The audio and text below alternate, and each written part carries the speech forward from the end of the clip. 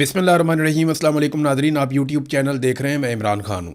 नाज़रीन, हमारे जर्नैलों को, डिक्टेटर्स को हर दौर में कोई ना कोई सहाफ़ी मुयस्सर रहते हैं। ये एक मखसूस तादाद है और वो हमेशा से इनके साथ रहते हैं। कुछ हमारे ऐसे बुज़ुर्ग सहाफ़ी हैं जो हर दौर में हर डिक्टेटर को मुयस्सर रहे और वो उन्हें अच्छे मशवरे भी देते रहे और उनकी तारीफ़ें भी करते रहे और उनके बिहाफ़ पे वो धमकियाँ भी लगाते रहे सियासी जमातों को और सियासतदानों को। अभी ये सिलसिला शुरू हो गया है और पीएमएलएन को ये कहा जा रहा है कि जनाब अब आपका बोझ मज़ीद नहीं उठाया जा सकता।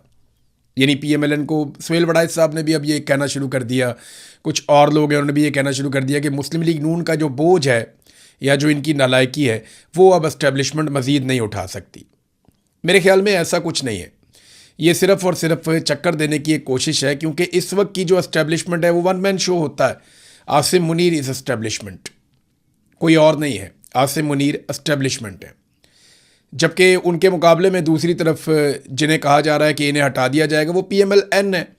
तो ये तो एक दूसरे की इंश्योरेंस पॉलिसी है। हाँ, ये मुमकिन है कि आसिम मुनीर साहब बतौर एस्टेब्लिशमेंट कमज़ोर हो जाए और मिलिट्री एस्टेब्लिशमेंट ज़्यादा आगे चली जाए, या पाकिस्तान की फ़ौज के अंदर मौजूद जर्नैलों को ये लगना शुरू हो जाए कि बेड़ा ही गर्क हो गया, इदारे का भी बेड़ा गर्क हो गया, यानी बहुत बदनामी हो गई, पूरा पाकिस्तान हमसे नाराज़ है, हमने पाकिस्तानियों को नाराज़ भी कर लिया, अपनी बहुत जो इज़्ज़त थी उसको भी हमने ख़राब किया और उसके अलावा आवाम के साथ अपना ताल्लुक़ भी हमने बहुत बुरी तरह ख़राब कर लिया, पाकिस्तान की मईशत भी तबाह बर्बाद कर दी और वो केक जिसमें से सब अपना अपना हिस्सा लेकर खाते थे वो केक ही बहुत छोटा रह गया। पाकिस्तान की मईशत सुकड़ गई और सुकड़ के बहुत छोटी रह गई।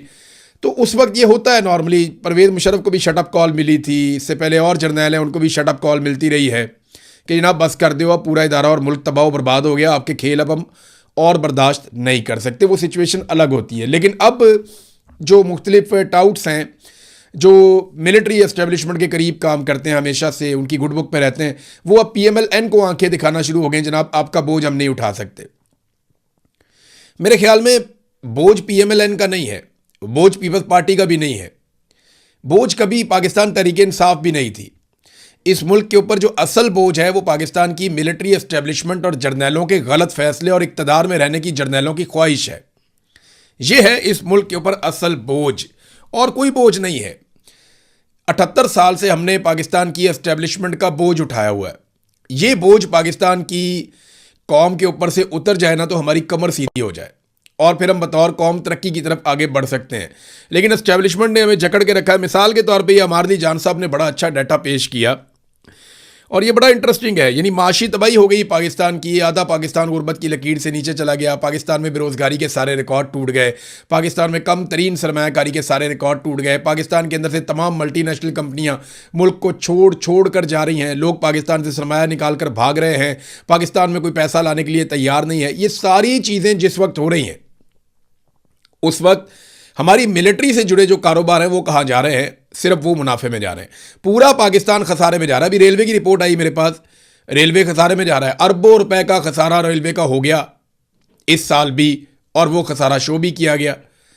पीआईए खसारे में जा रहा था, बेच दिया। रेलवे खसारे में जा रहा है, स्टील मिल खसारे में जा रहा है। पाकिस्तान का हर इदारा, हर चीज़ खसारे में जा रही है। अगर खसारे में नहीं जा रहा तो पाकिस्तान फ़ौज के जो कारोबार हैं वो खसारे में नहीं जा रहे। अब आरली जान साहब ने इसके ऊपर कुछ डाटा पेश किया। उनके फ़ौजी फाउंडेशन के असासे $6 अरब, मैं उनका एक क्लिप देख रहा था, फ़ौजी फाउंडेशन के असासे $6 अरब तक पहुँच गए हैं। पाकिस्तान $1 अरब के लिए तरसता है, तड़पता है, मांगता है, कशकोल लेकर फिरता है।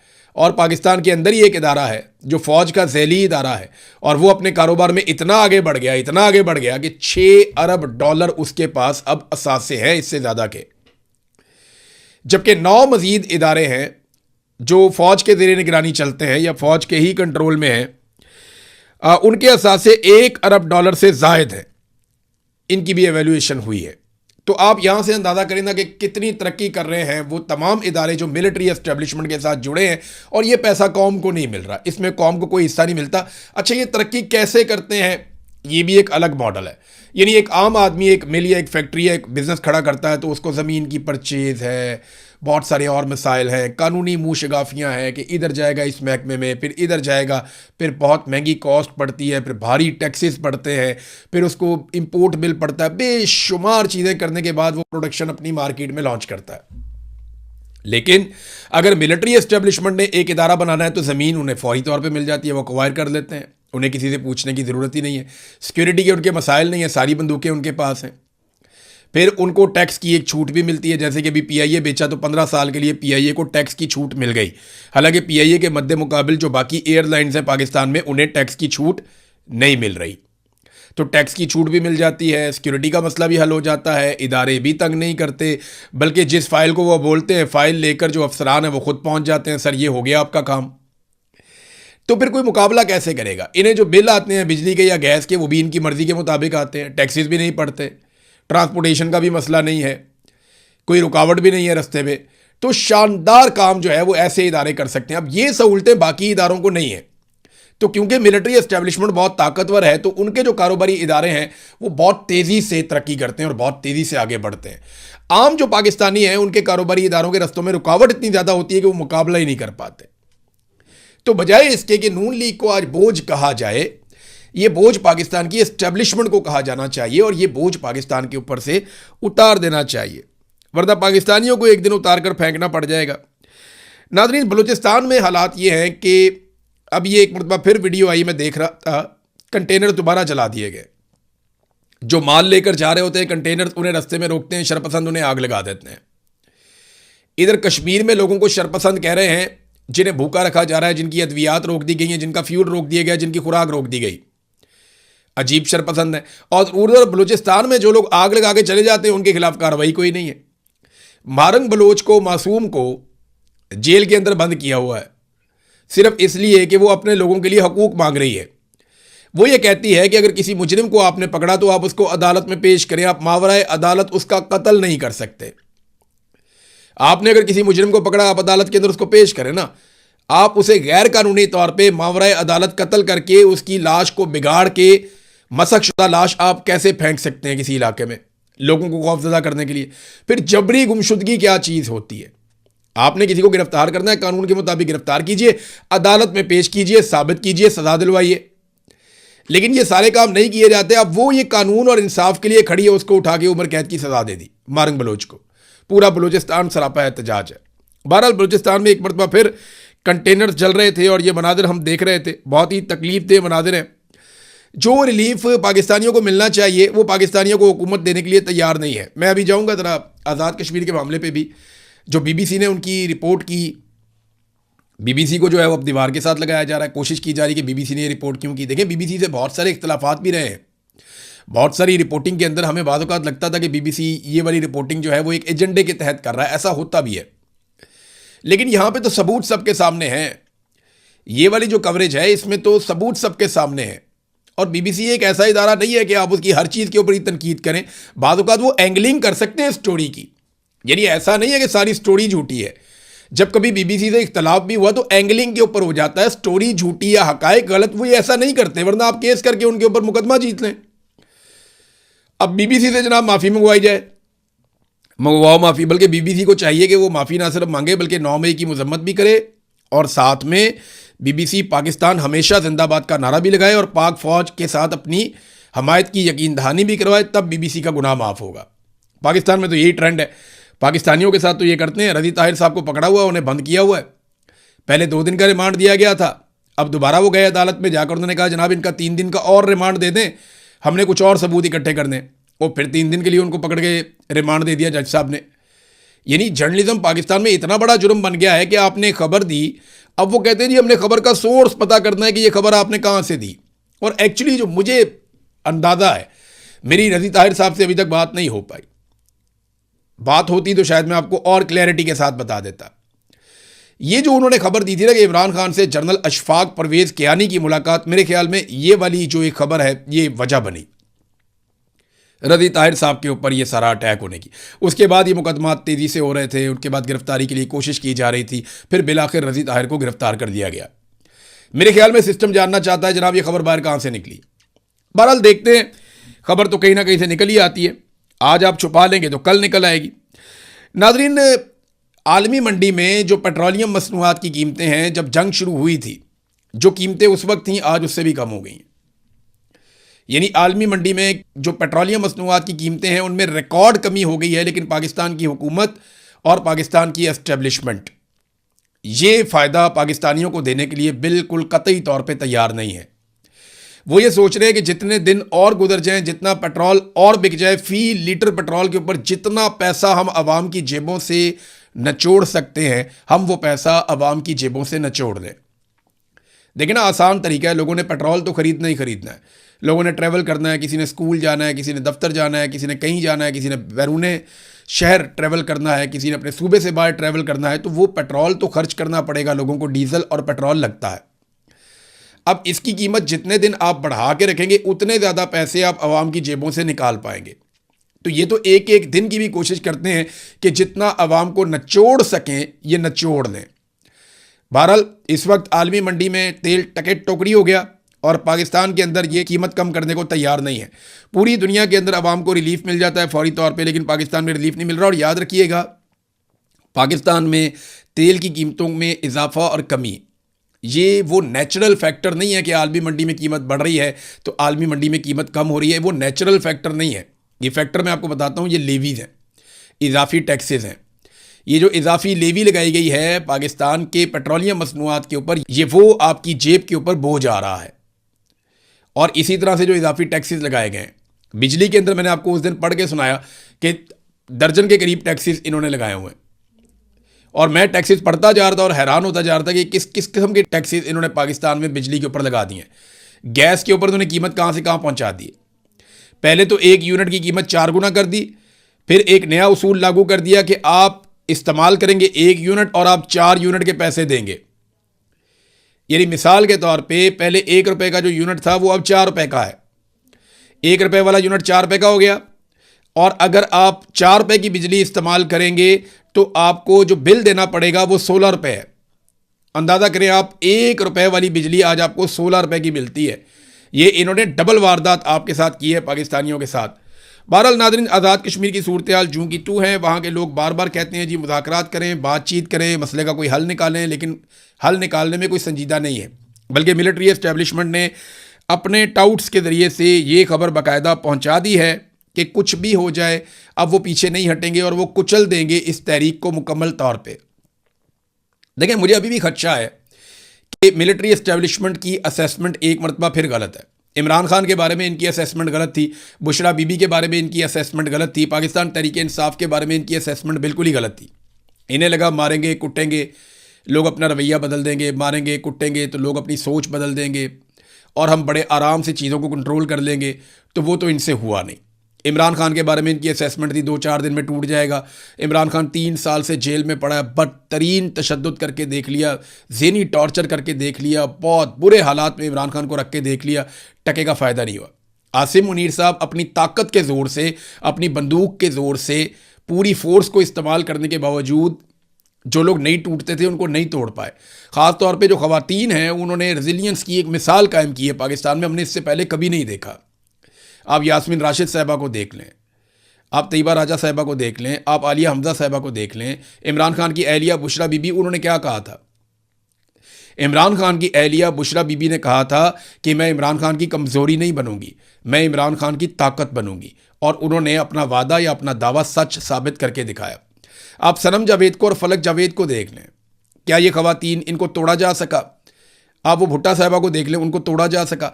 बेशुमार और ख़वातीन हैं, क्या किसी एक खातून को भी तोड़ा जा सका? या किसी एक खातून को भी ये इमरान खान से दूर ले जा सके? जिन्होंने टूटना था या छोड़ना था उन्होंने बगैर किसी तशद्दुद के ही छोड़ दिया था। लेकिन तशद्दुद ऐसा टूल नहीं है जिससे आप ख़वातीन को तोड़ें। आप ना तो यास्मीन राशिद को तोड़ पाएंगे, जो बाकी ख़वातीन मैंने नाम लिया आप उनको भी नहीं तोड़ पाएंगे। ये तो पॉलिटिकल ख़वातीन है ना। आप मारंग बलोच को उल्टे लटक जाएं, आप नहीं तोड़ पाएंगे। आप ईमान मजारी को, आप 10 दफ़ा दोबारा मर के पैदा हो जाएं, आप ईमान मजारी को नहीं तोड़ पाएंगे। आपसे ये होगा ही नहीं। ये ख़वातीन भारी पड़ गई हैं बंदूक वालों को, और बंदूक वालों के सामने जो सबसे ज़्यादा डटकर और ताकत के साथ इस दफ़ा हमने खड़े हुए देखा वो हमने एक मरतबा फिर ख़वातीन को देखा। इन ख़वातीन ने बेनज़ीर भुट्टो की भी याद ताज़ा की, इन ख़वातीन ने फ़ातिमा जिन्ना की भी याद ताज़ा की, इन ख़वातीन ने उन ख़वातीन की याद ताज़ा की जो मुज़ाहमत का इस्तारा बनकर रही हमेशा। तो बड़ा शानदार काम किया है, इन्हें खराज तहसीन पेश करना चाहिए, हर दिन खराज तहसीन पेश करना चाहिए।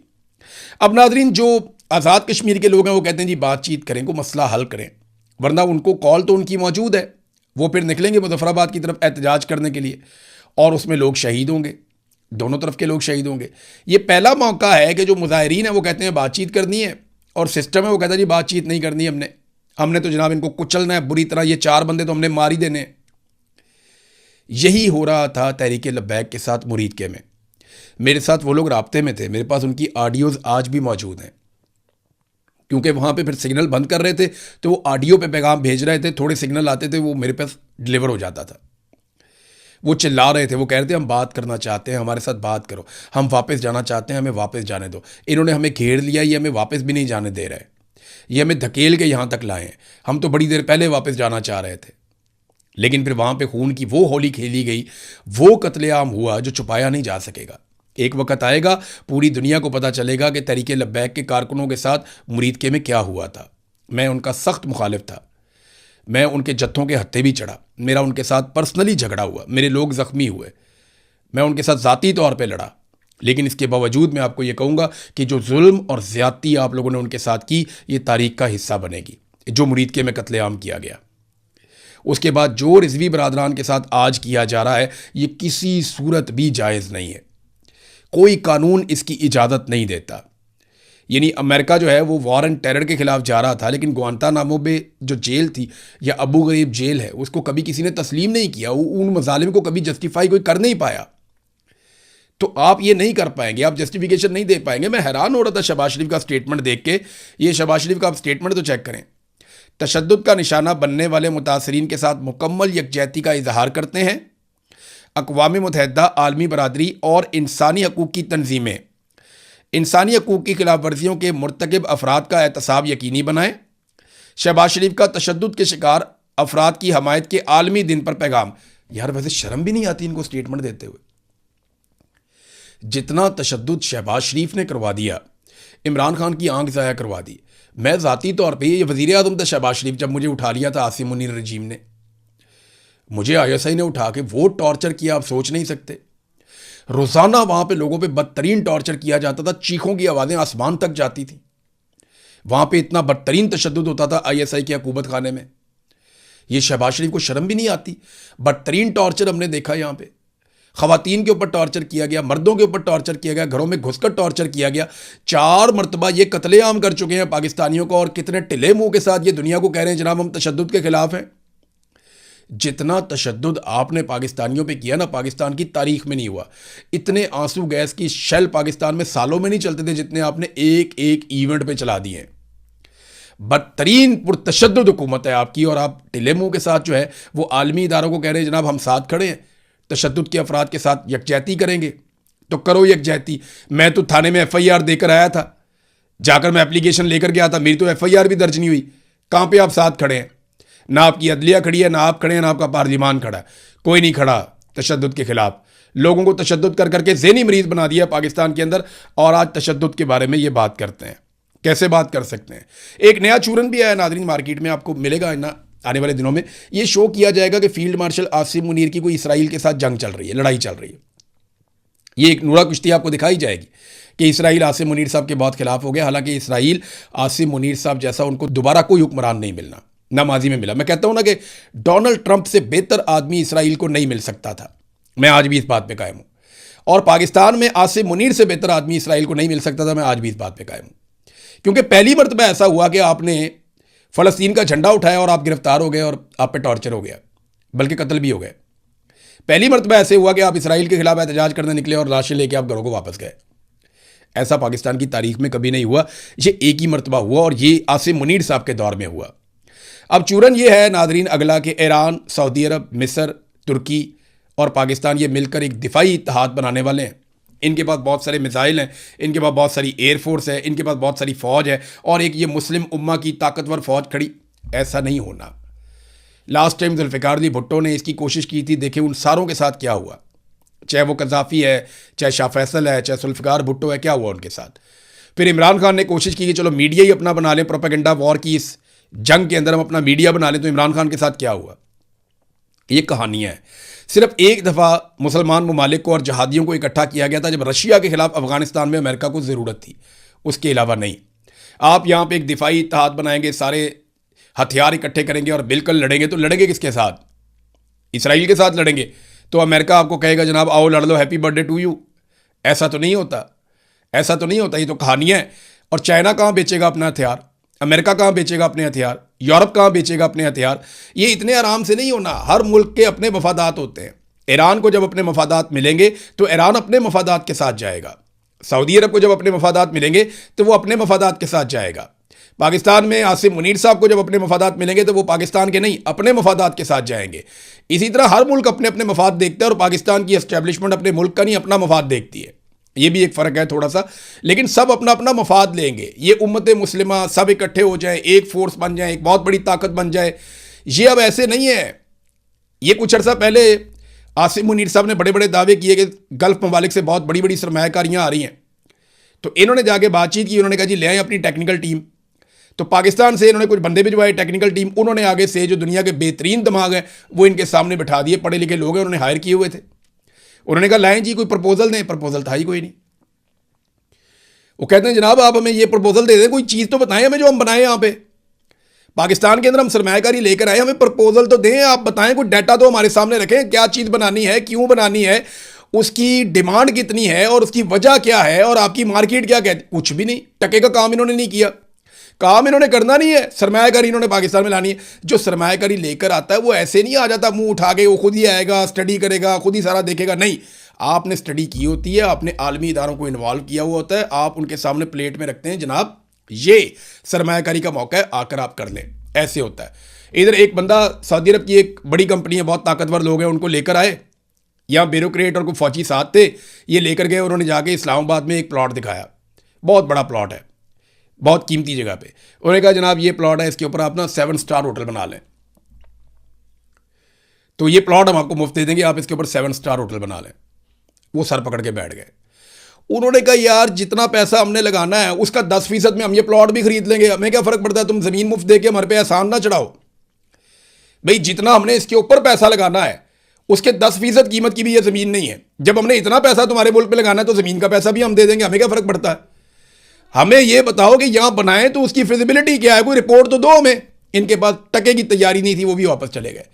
तो ये नादरीन इस तरह सरमायाकारी नहीं आती, इसके लिए आपको साइंटिफिक स्टडी करनी पड़ेगी और ये चूरन आपको बेचा जाएगा आने वाले दिनों में नया इत्तेहाद। कोई चक्कर नहीं। अब तक के लिए इतना ही, अपना ख्याल रखिएगा, अपने चैनल का भी। अल्लाह हाफ़िज़।